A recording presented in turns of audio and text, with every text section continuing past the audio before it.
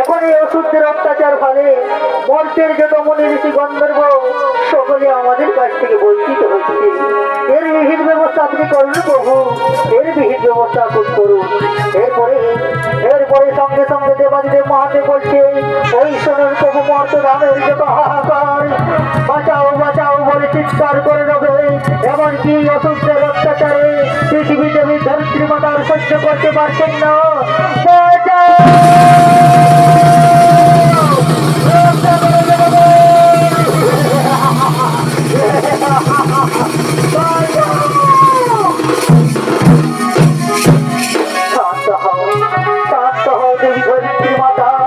আমরা বুঝতে পেরেছি, আমরা সকলে বুঝতে পেরেছি দুরাচারী ওষুধের অত্যাচারের কথা।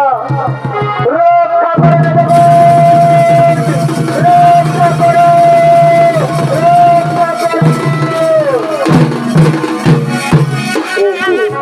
এই কি রাজন, হঠাৎ রক্ষা করো রবে এই বৈকুণ্ঠ ভ্রমণে আগমন। হে প্রভু নারায়ণ, হে প্রভু নারায়ণ, আমায় রক্ষা করেন প্রভু, আমায় রক্ষা করে।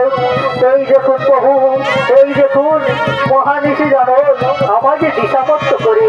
একই দেবশ্রী, একই দেবশ্রী, তুমি মনির চেষ্টা, তুমি ক্রয় করো সম্মরণ। ও কারণে তুমি কেন সর্পগন্ধর্বে কেন করো বিতারণ? নারায়ণ নারায়ণ নারায়ণ, আপনি তো জানেন প্রভু, আমি সর্বক্ষণে সবসময় আপনার নামে বেঁচে থাকি প্রভু। আমি ক্লান্ত শরীরে পবিত্র গঙ্গার জলে যাই স্নান করে করে আমার এই সুরে যন্ত্র দেখে আমি স্নান করে উঠে দেখি যথাস্থানে আমার এই বিনা যন্ত্রটি নেই। আমি ধ্যান দেবে বসতে পারি, অহংকারে মর্ত হয়ে আমার এই বিনা যন্ত্র করেছি। তাই আমি তার দিয়ে দিতাম বছর করে জন্ম হবে তার। রাজন মহামণি দেবশ্রী নারদের বিনা যন্ত্র কেন অকারণে করবে তুমি? ওই জন্য তো তোমার শাস্তি পেতে হবে। তোমার বাক্য না হবে লঙ্ঘন, না হবে পরাজয়। নতুন করে জন্ম হবে তোমার বংশের সেনাপতি, নাম হবে তোমার আর আমি জন্ম নেব পৃথিবীতে মানব পাথরে। আমার হাতে বিজ্ঞাপনে মুক্তি পাবে, আমার হাতে বিজ্ঞাপনে মুক্তি পাবে। আর তুমি শুনে যাও দেবী জয়ন্তী মাতা, আর কোনো কিছু বিভ্রান্ত বেরো। অতীতে আমি জন্ম নেব মানব পাথরে, পাপি তাপিদের করি অধিনাশ, করব শান্তের রক্ষা।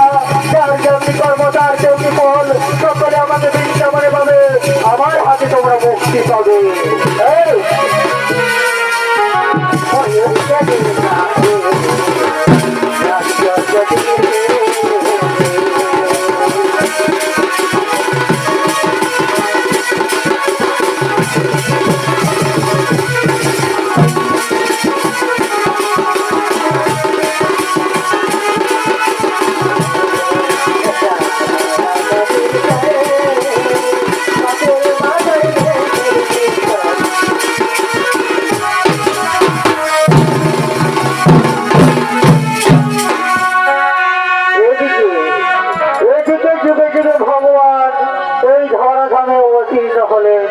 তপর যুগে ভগবান কংসের কারাগারে জন্ম নিল মানব রূপে।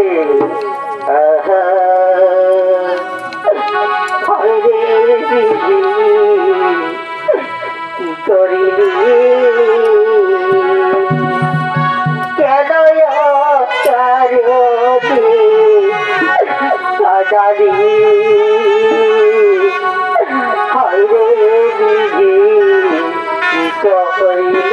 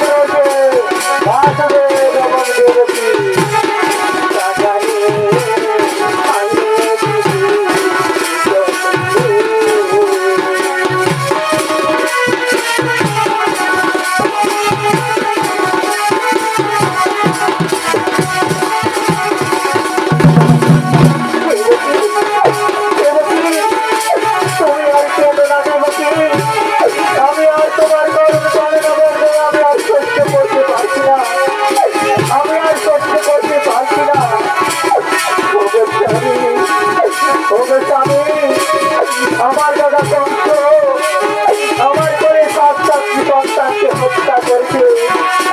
আর এই বেতনা স্বামী আমার অষ্টম গর্ভে কি সুন্দর সন্তানের জন্ম নিয়েছে। না জানি মৃত্যু হয়, না জানি আমার দাদা কংসকে হত্যা করবে। এই যন্ত্রণা আমি কষ্ট করতে পারছি না স্বামী, আমি আর কষ্ট করতে পারছি না। আমার কোনো উপায় নেই দেবকী, আমার কোনো উপায় নেই।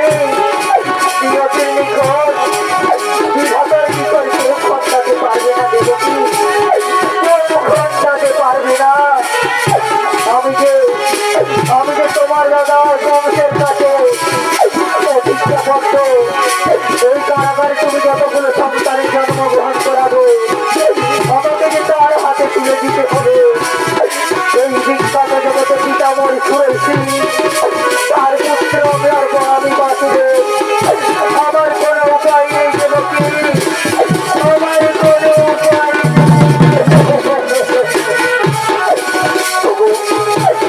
স্বামী। আমি যে মা হওয়া কত জ্বালা কত যন্ত্রণা তা মা ছাড়া কি তুই জানবে। যে নারী 10 মাস 10 দিন করে ধারণ করে কত সন্তানের জন্ম দিয়েছে, সেই মায়ের দুঃখ কষ্ট সহ্য করতে পারে না। তার গায়ে কি তার পিতা ওকে স্বামী। আমি যে মা হয়ে যে আমি আমার সন্তানের দুগ্ধ পান করাতে পারলাম না, আমি যে আমার সন্তানের দুগ্ধ পান করাতে পারলাম না। এদিকে সঙ্গে সঙ্গে দেবী আত্মাশক্তি মহামায়া দেবী দুর্গা মাতার মনে করুণা হলো। অন্ধকার পৃথিবীতে কংসের কারাগারে বাসুদেব এবং দেবকী মধ্যে দিয়ে দর্শন দিলেন দেবী দুর্গা মাতা। বাসুদেব দেবকী তোমরা কেঁদো না, আমি আত্মাশক্তি মহামায়া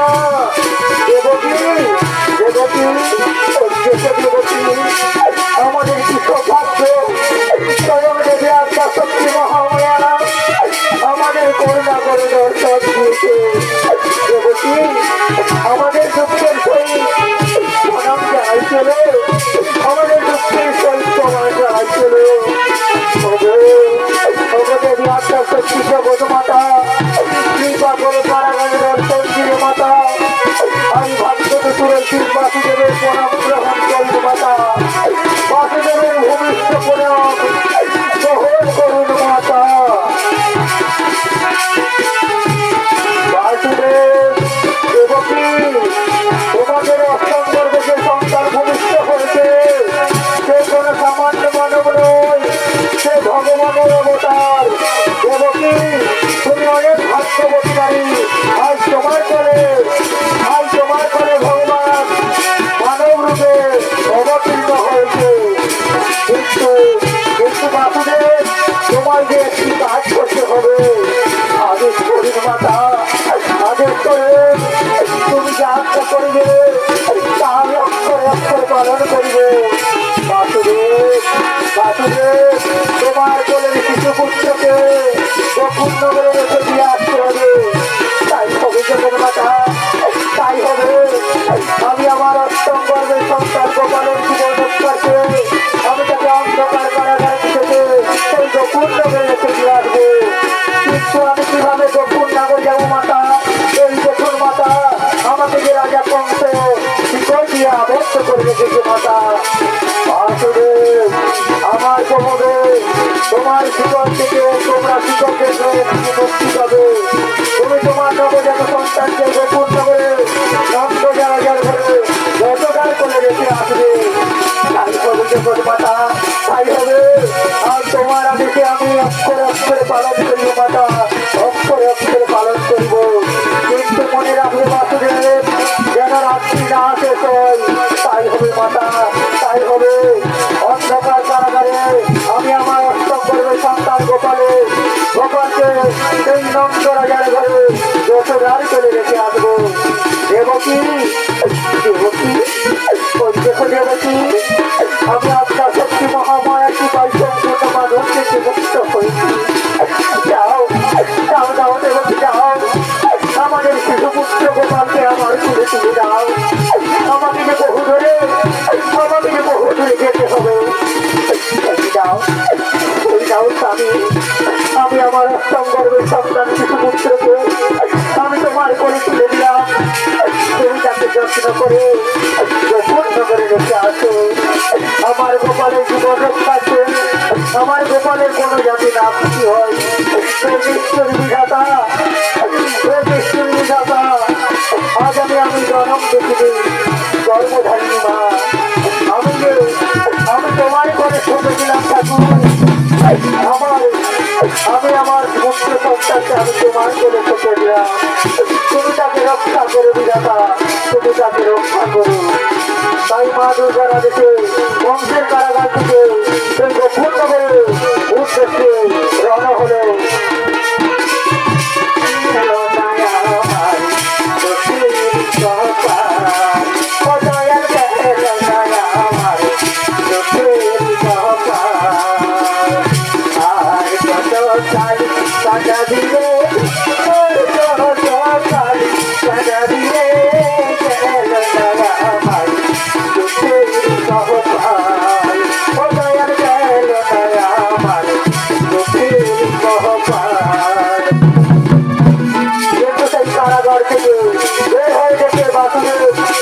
প্রচুর ঝড় বৃষ্টি পড়ছে। এই ঝড় বৃষ্টির মধ্যে আমি কি করে, আমি কেমন করে আমার সন্তান গোপালকে নিয়ে এই গোকুল নগরে উদ্দেশ্যে রওনা হবো? এই ঝড় বৃষ্টিতে আমার সন্তান মারা যাবে। আমি যে কোনো উপায় খুঁজে পাচ্ছি না, আমি যে কোনো উপায় খুঁজে পাচ্ছি না।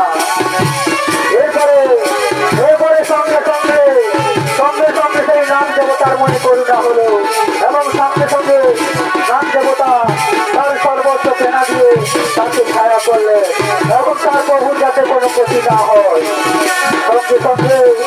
সঙ্গে সঙ্গে বাসুদেব বুঝতে পারলো ওই ঝড় বৃষ্টিতে চলে গেছে, হয়তো ঝড় বৃষ্টি পড়ে না। যাই আমাকে যে গোকুল নগরে যেতে হবে বহুদূরে। তাই বাসুদেব ভগবান কৃষ্ণকে নিয়ে যাতে যেতে দেখছে যে যমুনার ফুলের মধ্যে দিয়ে বন্যা বয়ে যাচ্ছে। সেই বৃষ্টির বিধাতা ফুলের মধ্যে আমি আমার শিশু পুত্রকে নিয়ে কিভাবে সেই যমুনার মধ্যে দিয়ে পারাপার হবো? আমি যে কোনো উপায় খুঁজে পাচ্ছি না,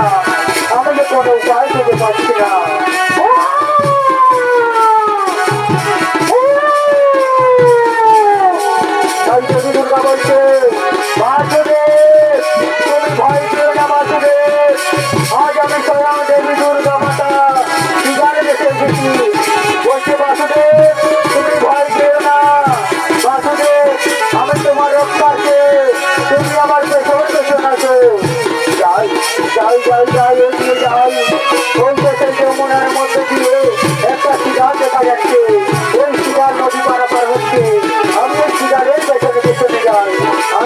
জলের গোসল দিতে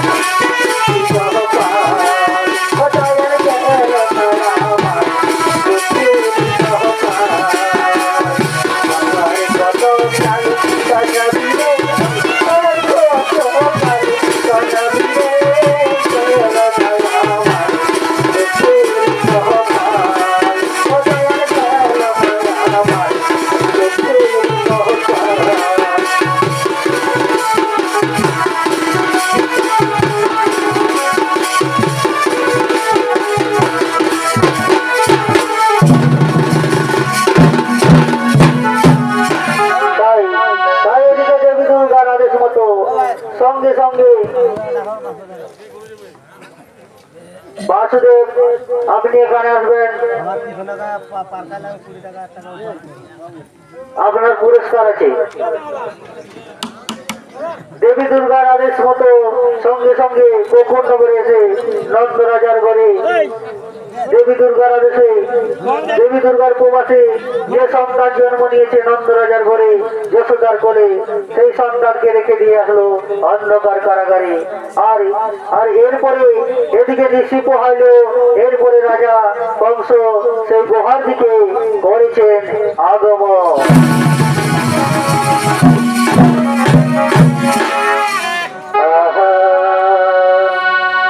হরিকে বুঝিবে প্রভু তোমার দিলে খেলা, আরে বাসুদেবের গৃহে গিয়ে কৃষ্ণ জন্ম নিলা, এই ভক্ত বাঞ্ছা পূর্ণ করি।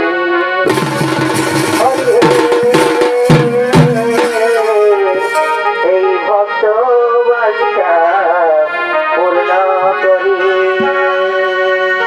হরে রাম রূপ ধরি পাশার মানব ধরি, হরে রাম রূপ ধরি পাশার মানব ধরি, দিলে চূর্ণ বিচূর্ণ করি হে।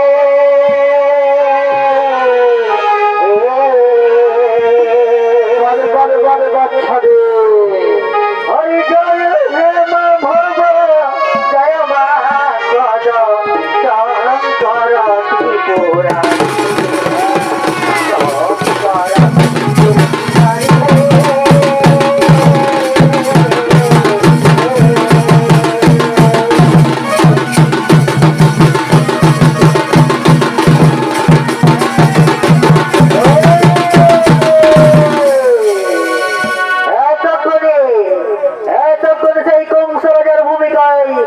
অংশ নিয়ে আপনাদের আলোকিত রঙ্গমঞ্চে নৃত্য পরিবেশন করে দেখাবেন আপনাদের সকলের অতি পরিচিত শ্রী শ্রী সুভাষ কামরে।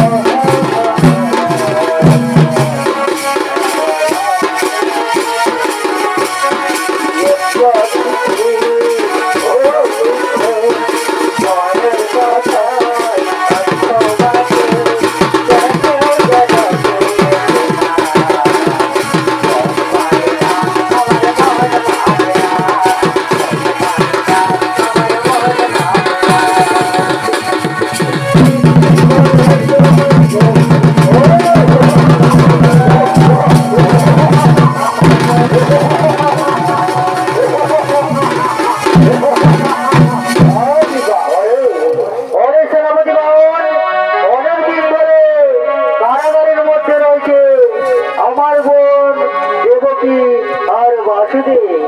দেবকীর অষ্টম গর্ভে সন্তানের প্রসবের টাইম হয়েছে। দেবকীর অষ্টম গর্ভের সন্তান হবে নাকি আমার মৃত্যুর কারণ। দেবতারা আকাশ করে দিয়েছে, তোমরা দেখবে যাও সেই কারাগারের মধ্যে কিভাবে পড়ে রয়েছে বাসুদেব এবং দেবকী।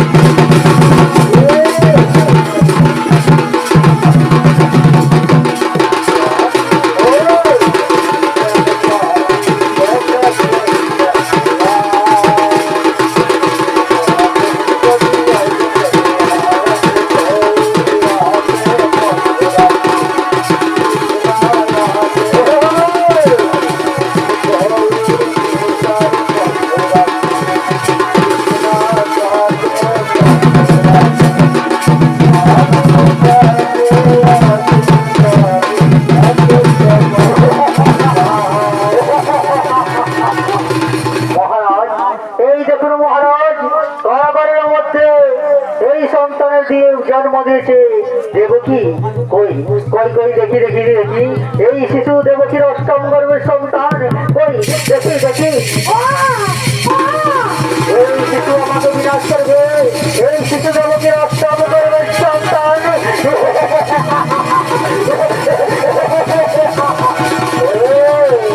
ওরে শিশু, তুই আমাকে হত্যা করবি, তুই বংশরাজের বিনাশ করবি, তাই না?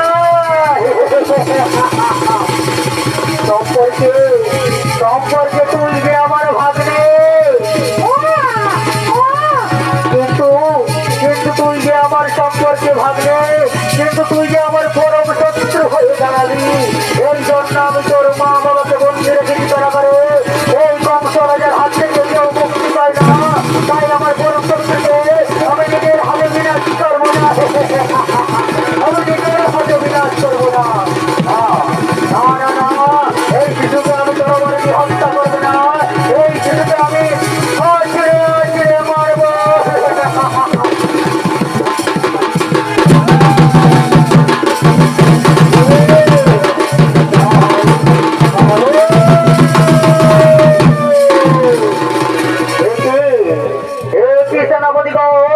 কোথায় গেল সে মায়াবী শিশু? ওরে ওরে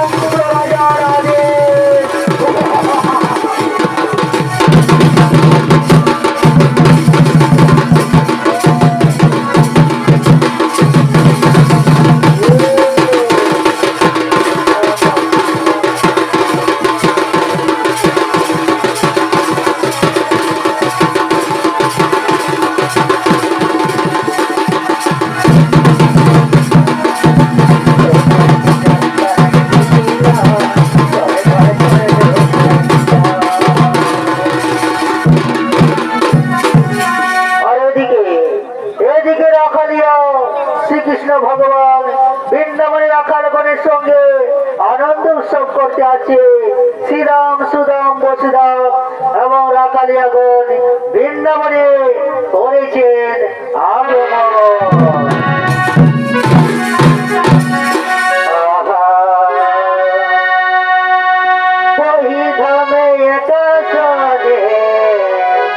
সখিয়া বসিয়া সখা শোনে স্মৃতি হল বড় নাই রহিয়া সুবল সখারে আইরে সুবল সখারে কোথায় গেলে পাব আমি সুখা সখিরে আইরে সুবল সখারে কোথায় গেলে পাব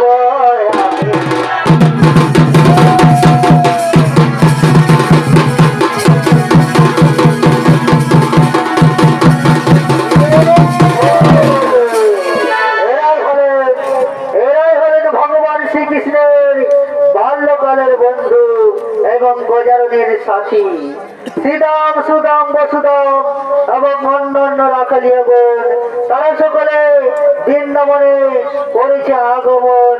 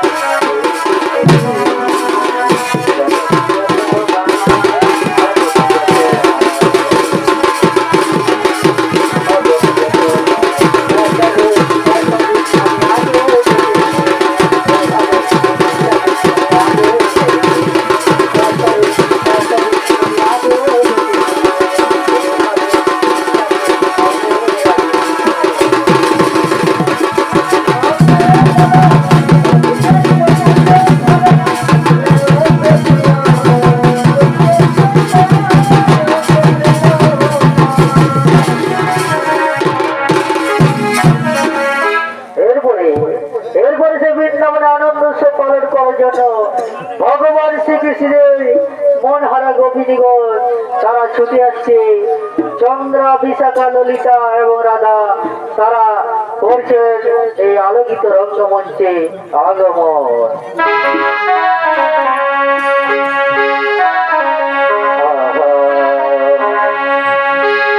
ওদের কানের দুলে হেলো গো মারে, দেখে গো চেনা শিলার ওই আমি রূপসাগরের রানী গো আমি, দেখে হয়েছি পাগল।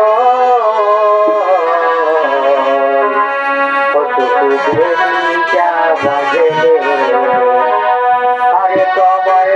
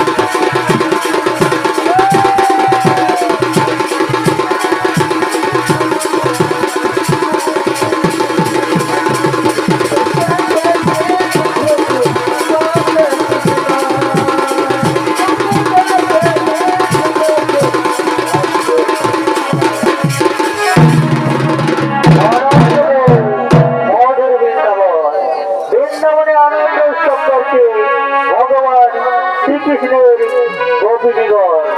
তাই তাদের সেই সখাগণকে তাদের মনের কথা খুলে বলছে। আরে আসো বন্ধু সকলে, তুমি মনের আশা রাখো না, তুমি মনের আশা রাখো না।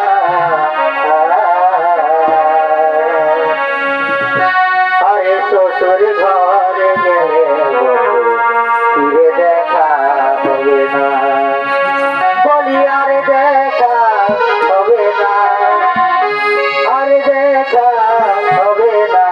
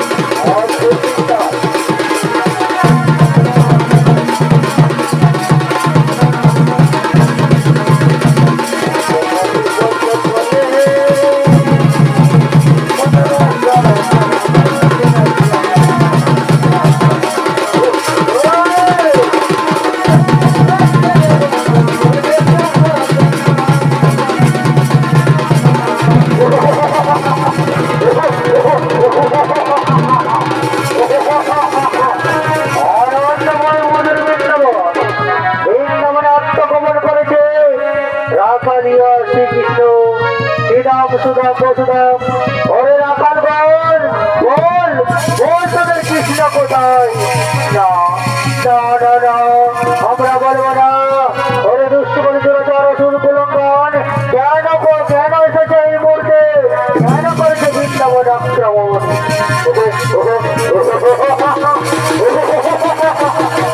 আমি কংস রাজার সেনাপতি নাম ওরে বিশ্বাসুর মায়াবরে বন্দি করে নাম কংস রাজার আদেশ বল তোদের রাখাল শ্রীকৃষ্ণ কোথায়? তারে বলিতে হবে জীবন। না না না না আমরা কিছুদের বলবো না আমাদের বংশীধারী কোথায়? ওরা তার বলিবে জীবন। তার দেখি কার মধ্যে কোনো শক্তি এসো এসো আমরা শক্তি করি।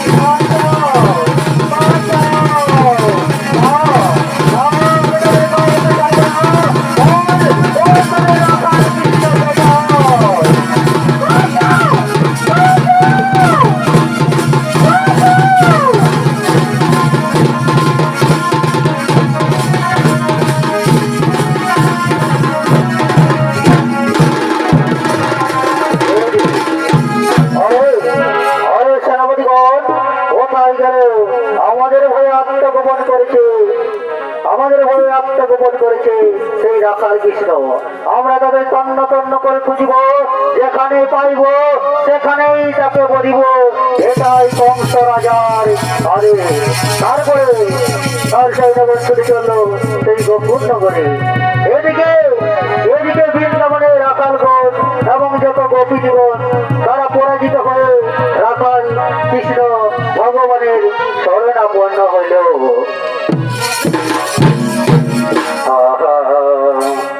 আরে গোলকে গোলক বিহারী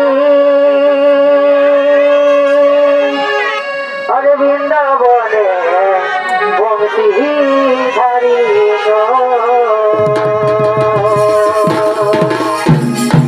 আরে গোলকে গোলক বিহারী আরে বৃন্দাবনে বংশী ধারী আরে তোরা করি এসো নাইলে আরে তোরা করি এসো নাইলে ঠাকুরি গিরিধারী নালিহে দাও দেখা কি মধুসূদন ও দেখা দাও নারায়ণ দাও দেখা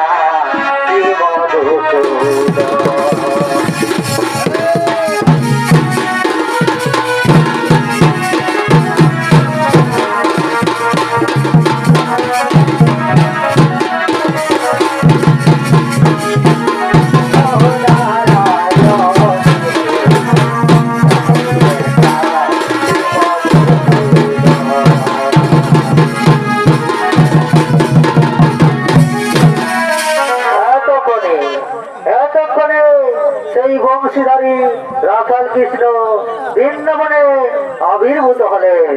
তাই সেই শ্রীকৃষ্ণের ভূমিকায় নৃত্য পরিবেশন করে দেখাবেন আপনাদের সকলের অতি পরিচিত শ্রী শ্রী সুভাষ গৌড়।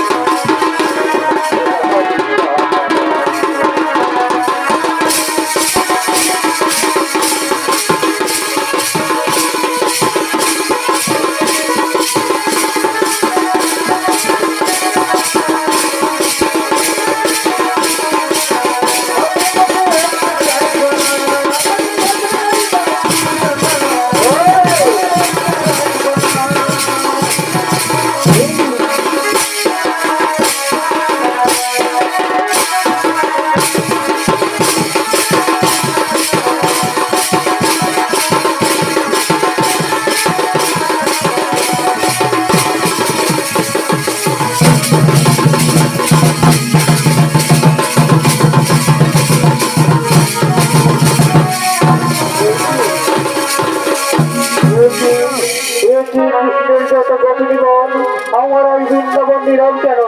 একটু সতীগণ ও আমার আকালীয় বন্ধুগণ, ভগবান শ্রীকৃষ্ণ, ওগো প্রভু, ওগো প্রভু জগৎ পিতা, তুমি আমাদের রক্ষা করো, তুমি আমাদের সকলে রক্ষা করো।